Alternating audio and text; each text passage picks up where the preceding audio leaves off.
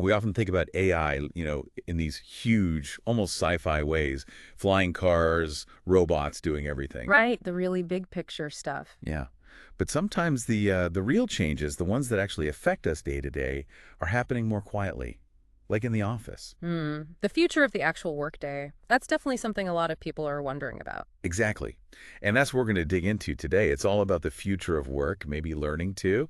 And it actually kicked off from something Frank shared on his YouTube Live recently. Ah, okay. So thinking about how AI impacts, well, how we do our jobs. It's exciting, but I guess maybe a little unsettling for some folks too? Totally. And Frank, he mentioned on his stream, he feels like he's kind of got a handle on the future of learning for himself. He calls it vibe learning. Vibe learning, interesting. Yeah, it's something we can explore another time. But what really got him thinking lately wasn't learning, is the future of the office. And it was sparked by something pretty simple, really just a social media post. A social media post? From who? Someone who just started working at OpenAI, just sharing their first impressions. Ah, OpenAI. Okay, that makes sense. Frank's thinking is probably, well, they brought large language models to the mainstream, right? Kicked off this whole AI wave we're in. Precisely. So he figures how they operate internally. Mm. That might just be a preview for, well, lots of other companies down the road. A kind of bellwether for the future office. Interesting. So we're looking at Frank's take on what that future might look like based on this one employee's experience. Exactly. We're going to unpack Frank's interpretation of this post and see what hints it gives us about where office work might be headed. And it's grounded in, a real snapshot from inside a company that's living and breathing this stuff, not just theory. Right. So this starting point, it was a post from a woman, her first day at OpenAI, just her initial feelings about the place, the work vibe. And sometimes those first fresh takes are the most revealing, aren't they? Mm. Before you get used to everything, they capture the culture. That's what Frank thought. He saw it as potentially this little window into the future of work. Maybe not just for tech, but like across the board. Certain details she mentioned just clicked with him. It shows how just one person's experience can kind of resonate and spark bigger ideas. It wasn't some official report, just a personal snapshot. So what did Frank actually pick up on from this post? What did he see in OpenAI's culture? Well, first off, apparently super high morale. Real enthusiasm. Like, people are genuinely excited to be there. Yeah, he even compared it to like early Facebook days, that feeling of being onto something big, something new. That energy, Hmm. it often points to a strong sense of mission, doesn't it? People believing in what they're doing. What else stood out? A really high degree of automation. That was a big one, he inferred. It sounds like AI isn't just their product, it's deeply integrated into how they actually work. Okay, so they're using their own tools. Yeah. Leading their own dog food, so to speak. That makes sense. It suggests efficiency, definitely. Like maybe automating routine stuff, freeing people up.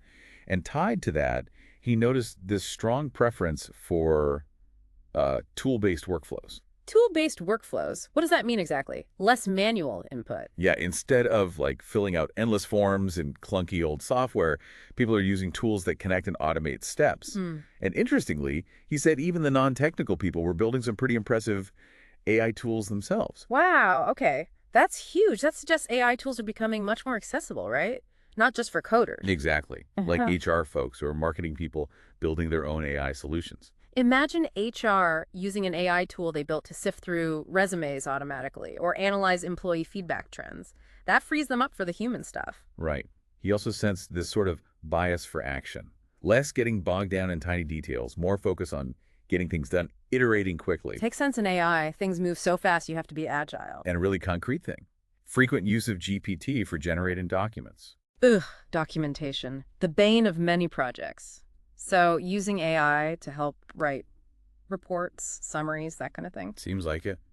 Saves time, lets people focus elsewhere. Yeah, you can see how that would boost productivity. Anything else about the environment? Just that he observed it seemed often quiet during the day, people really focused, and most folks apparently left after dinner. Also, quick message responses, though he thought maybe that's just because they're not massive yet. Focused work, efficient communication. It paints a picture of a pretty intense but productive place. Okay, so based on all that, Frank started pulling out some bigger insights about the future of work.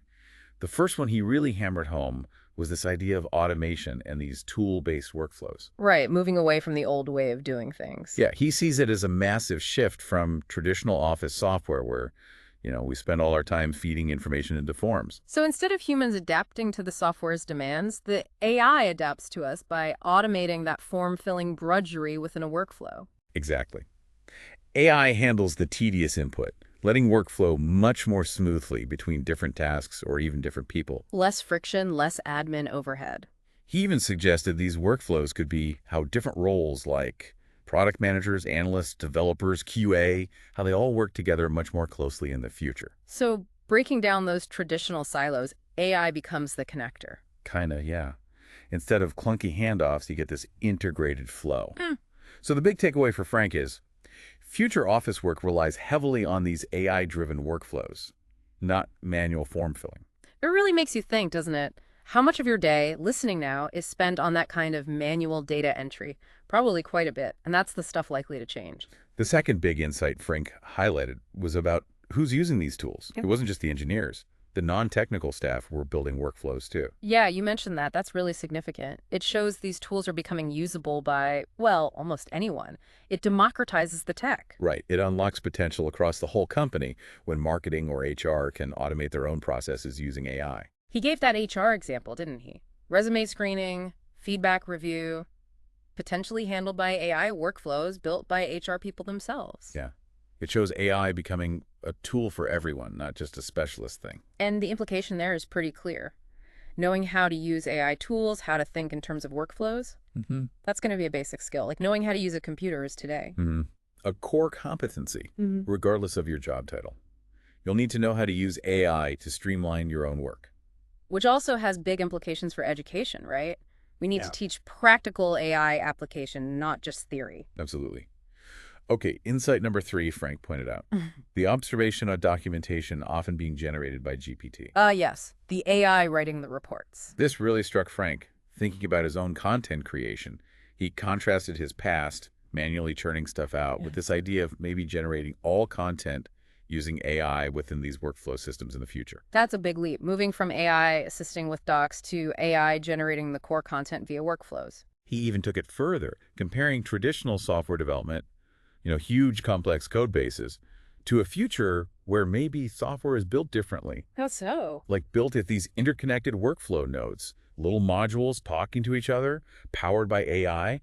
He thinks that could make software much easier to update and maintain. That's a fascinating concept. Software becoming more like a flexible, modular system of workflows rather than a giant block of code.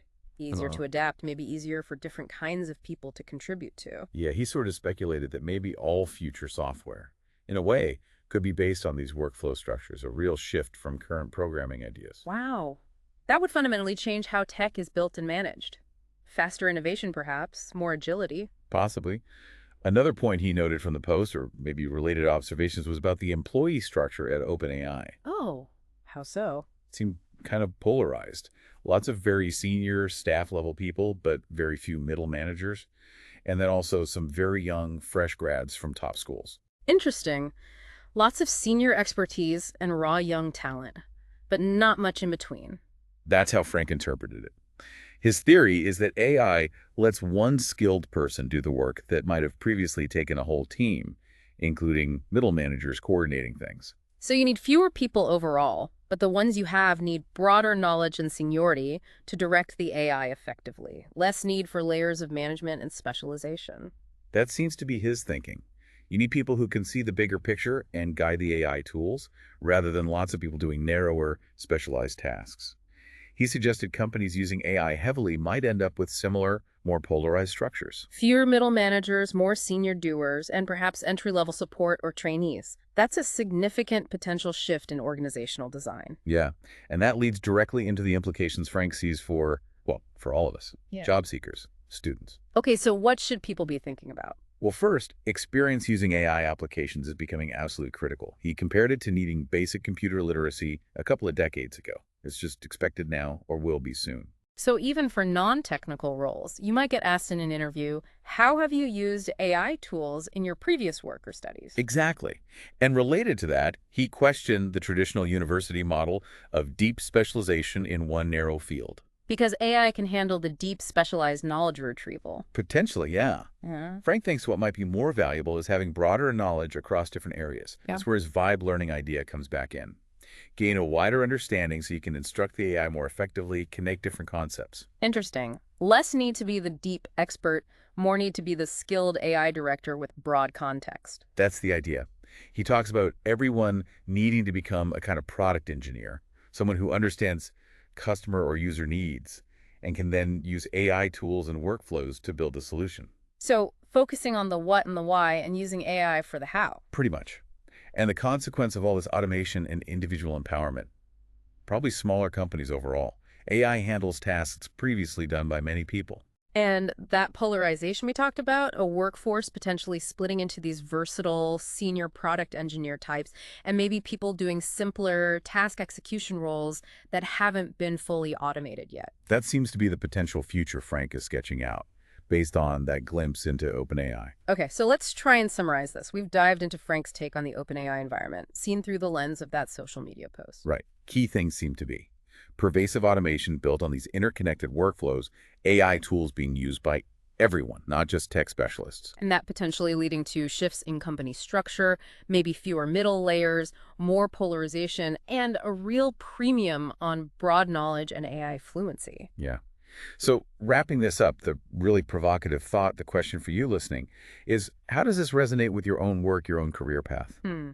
How might these trends, more automation, workflow focus, the need for AI skills, how might they impact your role or what you want to do next? And what steps could you maybe start taking now, even small ones, to become more like that versatile product engineer Frank envisions, someone comfortable guiding AI? Maybe it's about playing with some AI tools, thinking about your own processes. How could they be more workflow driven? Or even just consciously trying to broaden your knowledge base a bit, that vibe learning idea, so you have more context to feed the AI. It definitely feels like things are changing, and quickly. Work is evolving. Embracing AI not just as a tool, but as a fundamental skill seems increasingly important for navigating whatever comes next. Food for thought, definitely.